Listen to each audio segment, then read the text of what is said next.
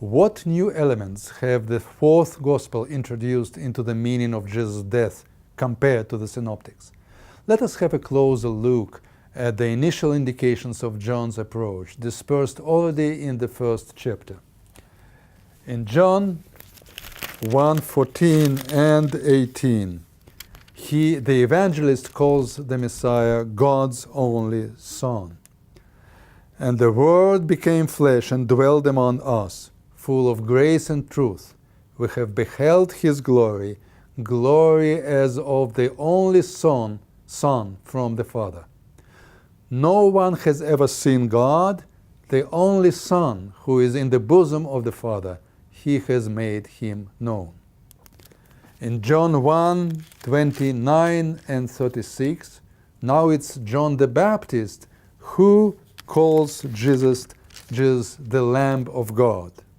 The next day he, John the Baptist, saw Jesus coming toward him and said, "Behold, the Lamb of God who takes away the sin of the world." And the next day, again, John was standing with two of his disciples, and he looked at Jesus as he walked and said, "Behold, the Lamb of God." Now, for the late first century reader of John, this noteworthy combination of the motifs of the only Son and the Lamb would unquestionably bring to mind one of the most famous Torah stories, that of the binding of Isaac in Genesis chapter 22. It starts this way.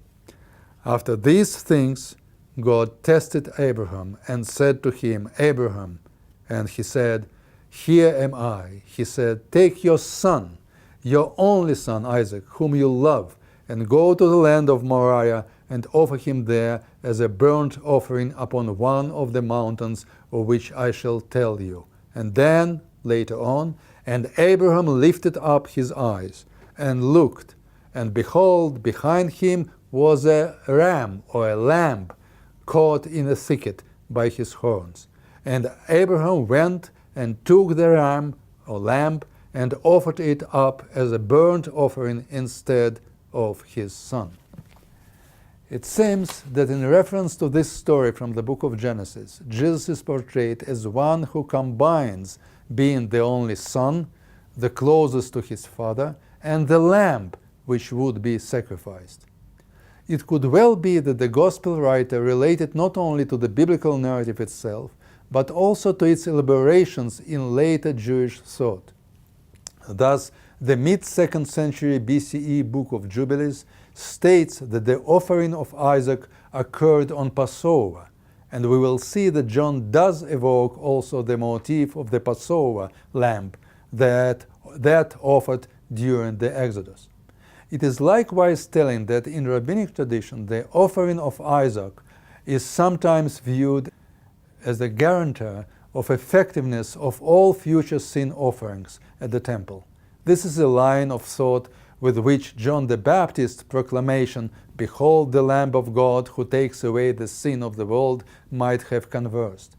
One may expect that this line of thought would result in a certain blurring of the distinction between Isaac and his substitution, the lamb. Thus, some later rabbinic sources would be ready to describe the offering of Isaac as almost fulfilled, or even actually fulfilled. The New Testament epistle to the Hebrews seems to contain an echo of such an existing early Jewish tradition when it speaks of Isaac as one who returned from the dead. It's Hebrews chapter 11, verse 19. He, Abraham, considered that God was able to raise man even from the dead. Hence, figuratively speaking, he did receive him, Isaac, back. Some scholars argue that the rabbinic sources here reflect a competition with the Christian narrative. Isaac is presented as performing the same task of atoning or bringing the atonement of sins for future generations as ascribed to Jesus in Christian sources. Others would see in John a response to and a witness for an already existing broader Jewish pattern of belief concerning the binding of Isaac's unto atoning function. The jury is still out, but the second possibility is definitely worthy of serious consideration.